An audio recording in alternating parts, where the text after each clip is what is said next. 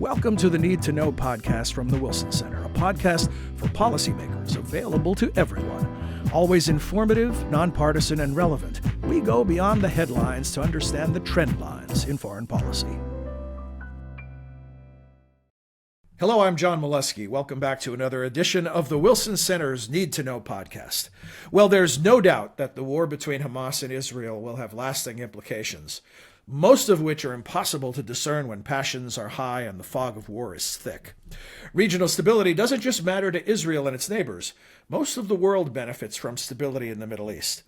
The Abraham Accords and the process of normalizing and strengthening relations between Israel and what was hoped to be a growing number of Arab nations held great promise, but what now? Is the current conflict just a bump in the road to a more peaceful and integrated region? Or has the unprecedented Hamas attack and Israel's ongoing response critically damaged hopes for expanding the accords? To help us know what we need to know about this, my guest is the director of the Wilson Center's Middle East program, Merissa Khurma. Merissa, welcome. Thank you for joining us. Thank you, John, for having me. So, Merissa, before we talk about the impact of the war, let's roll back the clock and talk about pre-Hamas attack. What was the status of the accords at that time, and what had they achieved? So just a month before the Hamas attacks on Israel, October 7th, the countries that signed the Abraham Accords, the United Arab Emirates, Bahrain, and Morocco, were commemorating the third anniversary of the Abraham Accords. By then, multiple agreements had been signed between the respective countries and Israel on the security front, economic front, including free trade agreements that were signed with the UAE, Morocco, and Bahrain, as well as other exchanges, in the sciences, technology, medicine. I mean, the sectors really were very diverse. And of course, we also saw a significant uptick in bilateral tourism, primarily from Israel to many of these countries, but also vice versa. And the trade volume increased, and it slightly increased with the other two countries that signed peace treaties with Israel, that is Jordan and Egypt. But of course, the Abraham Accords were signed between governments, and it did not necessarily reflect where people are at. Not necessarily in the respective three countries that signed them, but across the region, because many people in the region basically felt that the Abraham Accords completely flipped an initiative that was put forward in 2002 by the Arab League, led by Saudi Arabia, by the late King Abdullah of Saudi Arabia at the time, wherein the Arab states would normalize relations with Israel only when Israel's occupation of the Palestinian territories comes to an end and a Palestinian state is created. And so many felt that the Palestinian cause was marginalized, and sentiments vis-a-vis the accords sort of went through different ebbs and flows, from significant support when they were signed, with slight declines, even in the countries that signed them. But in countries like Morocco, Bahrain, and the United Arab Emirates, at least 30 to 40% viewed the accords as a positive development. And in other countries, it was, of course, much, much lower than that. Was there an expectation of expansion? There was, of course, an expectation of expansion. Of course, Sudan was also a signatory, but we kind of, unfortunately leave Sudan out right now of the discussions because of the war, the civil war that's going on right now, but also the complexities of the political situation when they were signed.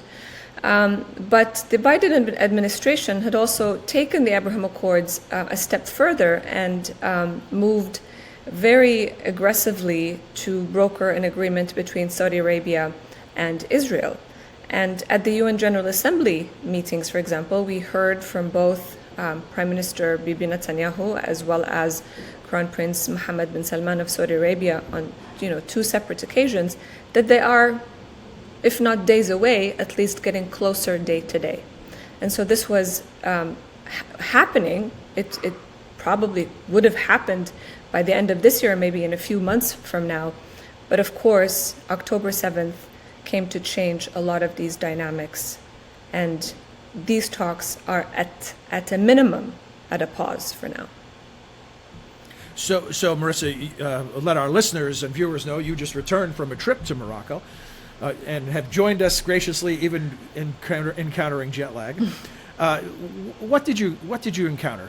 What's the vibe? You know, I'm looking for that sort of visceral sense of Sure. what the mood is.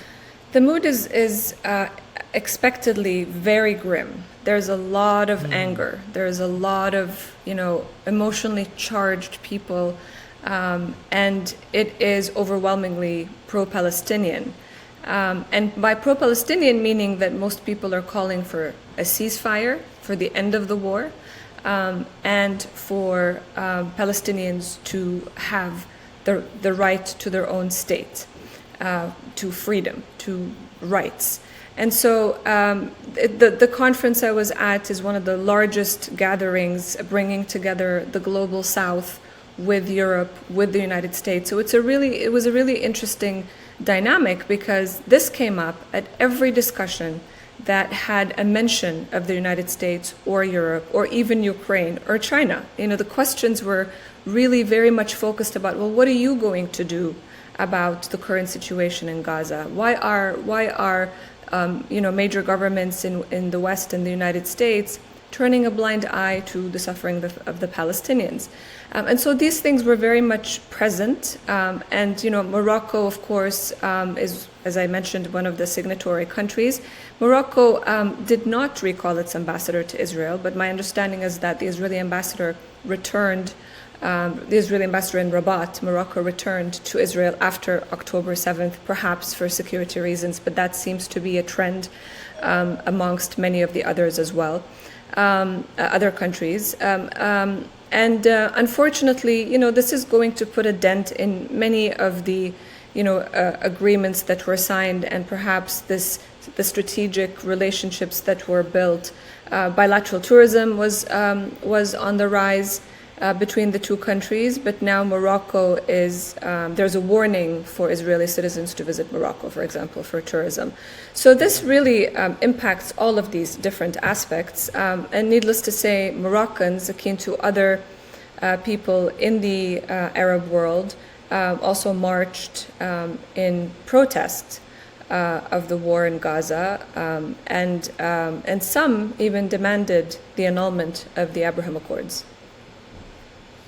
So I know it's difficult to get inside the head of Hamas and its leadership, but we do know that their ongoing goal is to see the destruction of Israel or the end of Israel. But beyond that, do we know why this type of attack would happen when it did happen? And I'm wondering specifically, were the partial success or the limited success of the Abraham Accords part of the motivation for Hamas to attack, because they didn't like to see Israel normalizing relations? And then I wonder if the chaos that we're seeing now and the international pressures on Israel are part of the outcome that Hamas was looking for as well. I mean, we're going to, unpack this more and more as things develop, and hopefully in the near future when the war ends, and better understand what Hamas's motivations are. But from what Hamas leaders have mentioned so far, through various platforms as well as interviews that they've given different Arab channels, it is clear that the Abraham Accords were part of that calculus, not necessarily because these Arab countries went ahead and normalized relations, but because those normalization accords, in their view, as well as the view of many others in the region, marginalized the Palestinian cause, and marginalized just the Palestinian-Israeli conflict, which remains to be one of the long-standing conflicts in the region. It's a reality that I think, many people perhaps don't read about it on a daily basis in the United States because it's not headline news every day. But every development on that arena, prior to October 7th, that is reported in the news. It's on Al Jazeera, it's on Al Arabiya, it's on the local news channels, it's in the newspapers. And so this is what people are seeing on a regular basis, on a daily basis. And so for them, they see this very differently than I think other audiences do. What you're describing is a chronic condition, and of course chronic conditions don't end until they are pushed to an acute stage. And that's might be where we are now. So my final question for you today, Merissa, is about that long-term prognosis. What does this do to the idea of a two-state solution? Does this current war make that a more likely outcome or a less likely outcome? I mean, that is the outcome that the vast majority of actors in the international arena are committed to as the resolution, as the only possible way to resolve the Palestinian-Israeli conflict. It's the end of the Israeli occupation and the creation of a Palestinian state wherein you have two states living side by side in peace and security. And so this is, of course, going to be very difficult, and it may take a long time for us to get there after the war ends. But you know, there's also questions that are being asked about the viability of the two-state solution, given that there have been so many challenges. You know, settlement activity has continued over the years, and so this is going to require political will on all sides and leadership, not just leadership in terms of taking positions of authority, but exercising leadership, because the cost for both is going to be even higher now, given the grief and the anger and the suffering that we are witnessing unfold in this war. And I think there's something to be said about the two narratives of both peoples, the Palestinians and Israelis. You know, for the Israelis, the October 7th attack was the worst attack on them, on the Jewish people, since the Holocaust.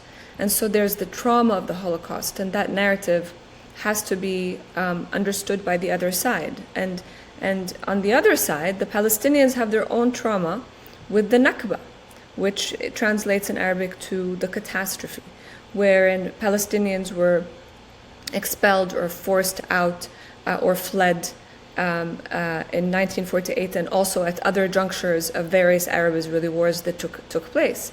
And so it's equally important for, you know, for these two narratives to be part of the dialogue, to be part of the negotiations. And that's how you're able to go beyond signing peace treaties between governments, but ensuring that there's understanding at a minimum, or at a minimum even, the not dehumanizing, which is really such a low bar. But it is so important, because that's the only way forward for both peoples to live in peace and security next to each other. Well, you know, thank you for your work in helping us try to get to a place where there's more understanding. And I should tell our listeners that for more information and insights on the War in the Middle East program's work, you can visit wilsoncenter.org. There's a programs tab at the top of the homepage. If you click that and go to the Middle East program, you're going to find a lot of important information that Merissa and her team have been churning out even before the war began, but certainly now on hyperspeed. Merissa, thank you. Thank you so much, John. So that's all for this edition of Need to Know. Until next time, for all of us at the Wilson Center, I'm John Milewski. Thank you for your time and interest.